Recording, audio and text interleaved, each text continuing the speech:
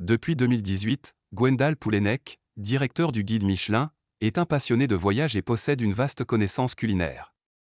Il a progressé pas à pas au sein du prestigieux guide et influence désormais les plus hautes sphères de la gastronomie mondiale, provoquant des remous et des changements significatifs. Sa devise ? En mouvement, valable tant pour le guide né il y a 124 ans, que pour son directeur, apprend l'AFP de l'entourage du Français de 44 ans. L'homme le plus influent de la gastronomie mondiale marche vite en ville, pousse des sprints sur son vélo de course à 14 000 km au compteur et passe parfois moins de 30 secondes au téléphone avec les chefs qui perdent une étoile, confie anonymement l'un d'entre eux à l'AFP. Le pouvoir de ce patron, dont l'armée d'inspecteurs anonymes établit chaque année des recommandations dans 45 pays, se mesure aussi à l'aune des no comment et que son nom suscite dans le milieu. Je ne fais que passer, je suis là pour assurer la continuité, se défend le quadragénaire, pull breton, barbe courte, jean et carnet rouge comme le guide qu'il dirige depuis un quinquennat.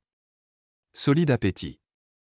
Chez les Poulenec, famille très nombreuse entre le Finistère, ouest de la France, et les Yvelines, région parisienne, le restaurant ne faisait pas partie des habitudes.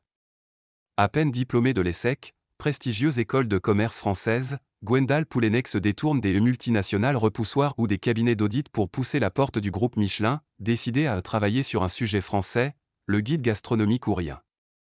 Après un passage dans les usines à pneus, le groupe de Clermont-Ferrand, Centre, assigne la jeune recrue à son idée fixe. Direction la Bourgogne, au lieu de la gastronomie française, pour un premier repas mémorable et gargantuesque avec un saladier comme ça de mousse au chocolat, mime-t-il, hilar, et casserole de tripes. Depuis, celui qui a la chance d'avoir bon appétit et aime finir les plats des autres juste par curiosité, a appris à gérer les excès inhérents à la fonction. Le coup d'accélérateur arrive en 2006 quand Gwendal Poulenec déménage au Japon, découvre les subtilités du sushi mangé à la tonne et réussit à imposer le guide rouge aux pays ultra-codifiés et défendant farouchement ses traditions culinaires. On vend un demi-million d'exemplaires, plus qu'Harry Potter, se félicite-t-il.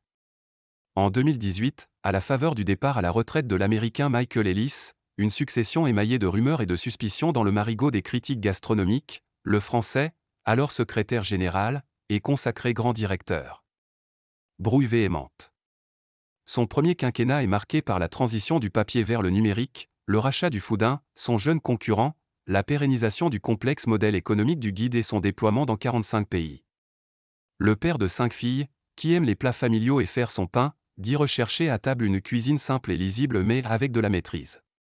Impossible pour lui d'en dire plus sur ses goûts, ou son plat préféré, au risque comme Chirac avec la tête de veau de s'en faire servir ad nauseam.